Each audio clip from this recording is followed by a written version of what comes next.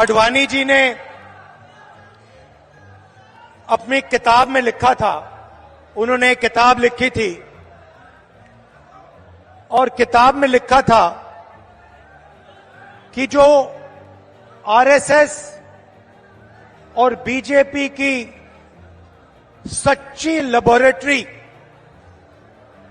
मतलब सच्चा कारखाना गुजरात में नहीं है मगर मध्य प्रदेश में है, ये उनका कहना था।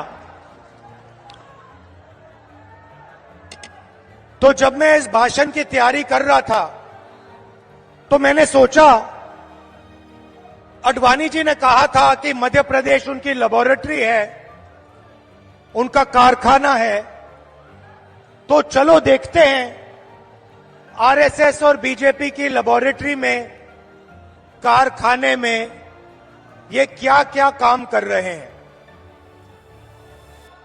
दो तीन उदाहरण आपको देना चाहता हूं। बीजेपी की लेबोरेटरी में मरे हुए लोगों का इलाज किया जाता है और उनका पैसा चोरी किया जाता है।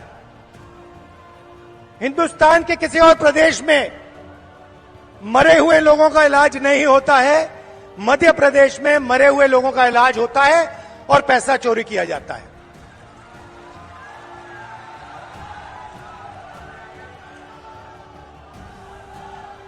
मध्य प्रदेश में और किसी प्रदेश में शिव जी, भगवान शिव से चोरी नहीं की जाती है। मध्य प्रदेश में महाकाल कॉरिडोर में शिव जी से चोरी की जाती है।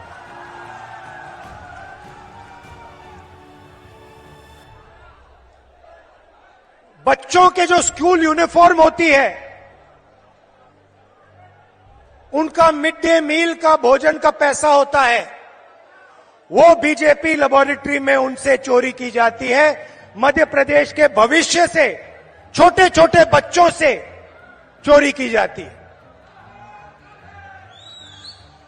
व्यापम में 1 करोड़ युवाओं के भविष्य को बर्बाद किया जाता है, 40 लोगों की हत्या हो जाती है, एमबीबीएस की सीट बिक जाती है और पटवारी बनने के लिए 15 लाख रुपए की रिश्वत देनी पड़ती है।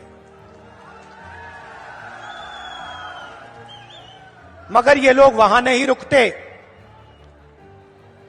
बीजेपी की लेबोरेटरी में 18 साल में 18,000 किसानों ने आत्महत्या की है।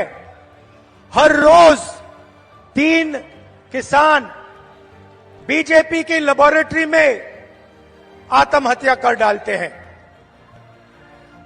मंदसौर में बीजेपी की लेबोरेटरी में को गोली मारी जाती है, पे 18% और पेस्टिसाइड पे 12% जीएसटी लग जाती है। ठहरिए,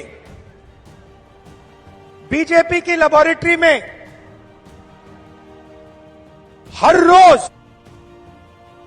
महिलाओं का बलात्कार होता है। 12 साल में रेप होता है। भोपाल में एक लड़की का बलात्कार होता है और जब उसका भाई उसे बचाने की कोशिश करता है तो पुलिस के सामने उसकी हत्या कर दी जाती है। ये बीजेपी आरएसएस की लेबोरेटरी का काम। 45 सिलेंडर 11,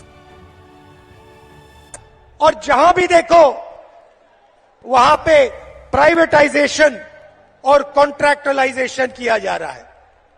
यह काम बीजेपी की लेबोरेटरी में आपके सामने किया जाता है।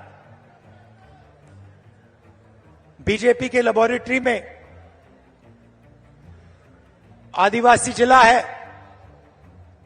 बीजेपी के नेता आदिवासियों के ऊपर पेशाब करते हैं।